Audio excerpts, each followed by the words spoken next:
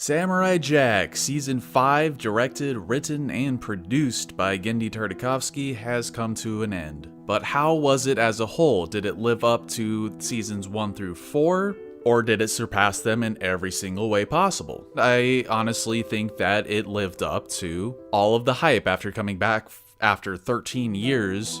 After being left with no ending, no end for Samurai Jack's quest, no questions answered.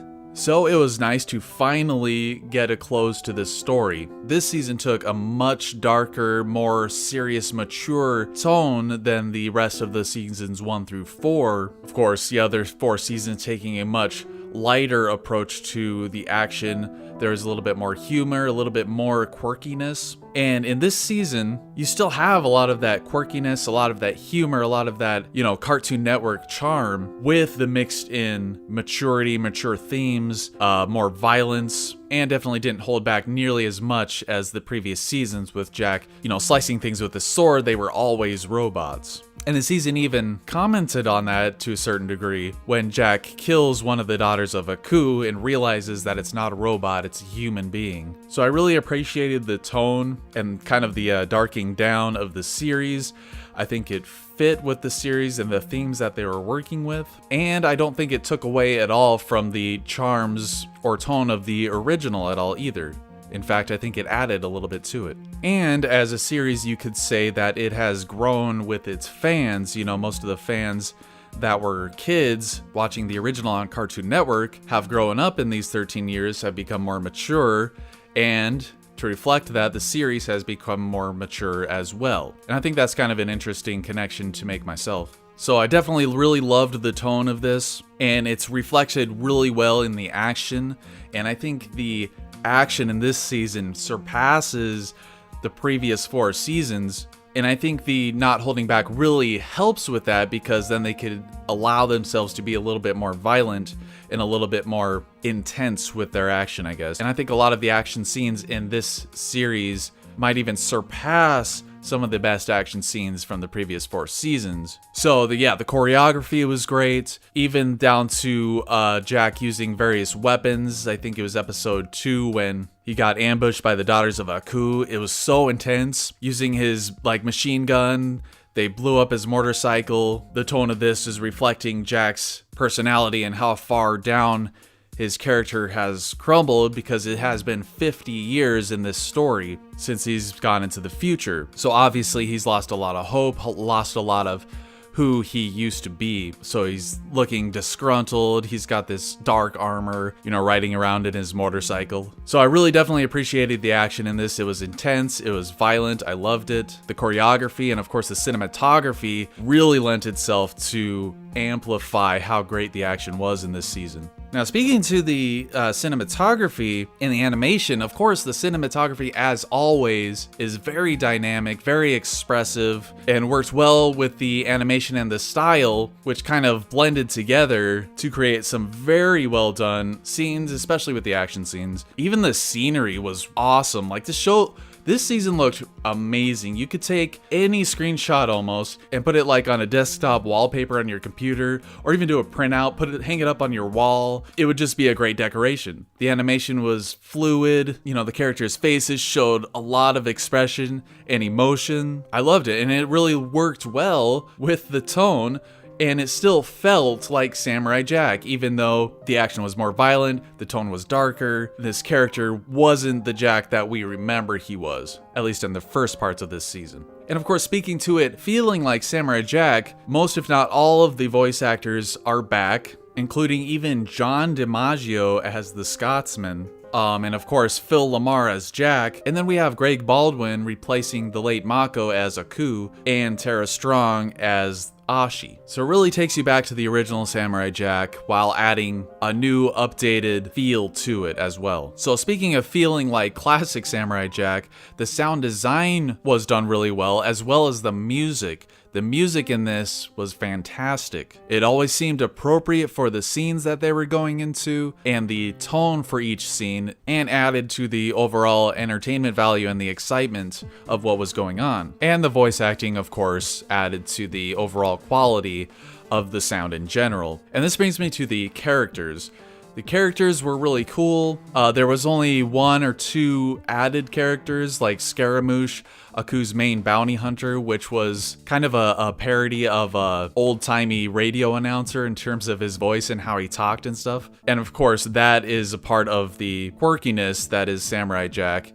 And that character is really funny. Even though he loses to Jack in the first episode, his head stays intact. And so his story is pretty light. And the only point to him really existing in the first place was to have a main guide for Samurai Jack to fight in the first episode, and also somebody to pass an important message onto Aku, which is Jack does not have his sword anymore. And of course, that takes a little while from him to get from episode 1 all the way to telling Aku the information. So that character was very interesting, even though he didn't really have much in terms of story or development. He was more of kind of a gag comedy kind of guy. Aku is awesome as always. He's very evil, but at the same time, he's so funny and quirky that you can't completely hate him. And Greg Baldwin voices him in this season, and I think he does a pretty decent job, but there definitely is no replacing the original. There's no way you can do a better job than what he did in the previous 4 seasons with Aku. And even though he wasn't in this season that much, he still had an impact, especially in the last couple of episodes. And of course, you have a returning character in the Scotsman, which was really cool. They showed him once, like Scaramouche. The Scotsman had his introduction in attacking Aku's castle with his army of daughters. Of course, the Scotsman always brings with him a certain amount of humor and personality. Of course, he starts trash talking Aku. Aku blasts him in the bits, and he becomes a phantom Scotsman. That scene, of course, was awesomely done. I loved that scene. Even the Scotsman dying, I really liked that. Even though it was sad at first, he became stronger than Aku could possibly imagine, to take the words of Star Wars. And the whole gimmick of his army of daughters is classic. And they even revisit it later. Unfortunately, we only see the Scotsman that one time, and then we see him at the very end. So there's not really any development in his story either. And of course, we have Jack, who has become sort of an anti-hero. We see in the first episode that he hesitates to help somebody, and you see like all of his hope gone. He has this big scraggly beard. He just doesn't care about anything. And it's reflected in how he fights even. When the daughters of Aku ambush him in the second episode, he's just like attacking everything, not caring, like shooting his machine gun. And that action scene when he was actually running from the daughters of Aku, that was so tension-filled. But we have a very good progression of his character because of this darkness inside him, and that he kind of regains his hope and becomes the Samurai Jack that we used to know. And this is actually in large part due to a new character, Ashi. She is also a character that gets a lot of development in this season. She is introduced as one of the assassins, one of the daughters of Aku. She is from the third episode when Samurai Jack finally fights back against the daughters of Aku in another amazing action sequence, and like brutally stabs them and just doesn't hold back and throws them off a cliff. So she's the only survivor, and we can see a lot of her development, and I really enjoyed this character because she was really badass. She was kind of a sidekick to Jack, and I think their character dynamic really worked well for this story because Jack really needed somebody to kind of pull him out of the breaking point. And in the scene where Jack had given up completely because he thought those little beast children had died and he was about to kill himself, he really needed her, who was also on a path to redemption, to kind of help pull him out and bring a little bit of hope back to him, while he kind of shows her the world and brings the light to her about how the world is because of Aku. But then we get to the romance subplot, which I enjoyed for the most part. I know a lot of people had a problem with it, but my main problem with it is that it was very, very rushed. And it was basically one episode to develop that entire romance. I actually kind of enjoyed their dynamic. I liked how it kind of evolved into a romance, but I think that evolution was way too quick. It was almost non-existent. And it actually makes the ending a little bit less sad because they took so little time in developing that type of relationship. So speaking of the story as a whole, including the ending, I really enjoyed the story overall. I do have some problems with the ending, and the biggest problem I think I have with it is the pacing. Being only 10 episodes, I was worried about this, and I think the pacing actually was fine for maybe the first 7 episodes. It was good, everything was progressing at kind of a natural pace, but then it felt at around episode 8 that they were like, oh crap, we have to wrap this up. We only have 2 or 3 episodes left. So they kind of crammed that conclusion into the last kind of 3 episodes. And I really think this could have benefited from a full 13 episode season, or maybe even 2 entire seasons to help develop Jack and Ashi's character dynamics a little bit better, give Scotsman's quest a little bit more story to it.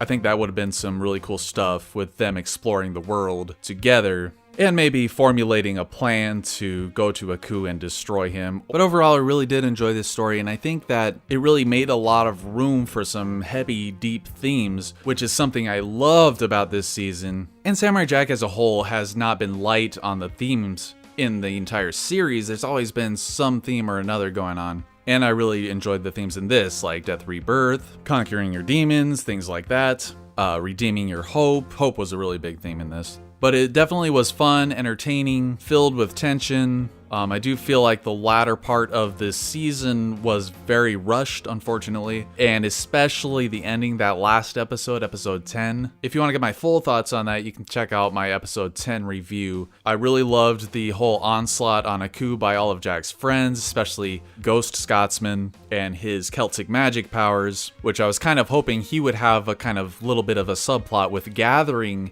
Jack's friends to create an army to do that. And I also loved how Ashi was redeemed from her Dark Ashi persona, though like I said, it was very quickly done.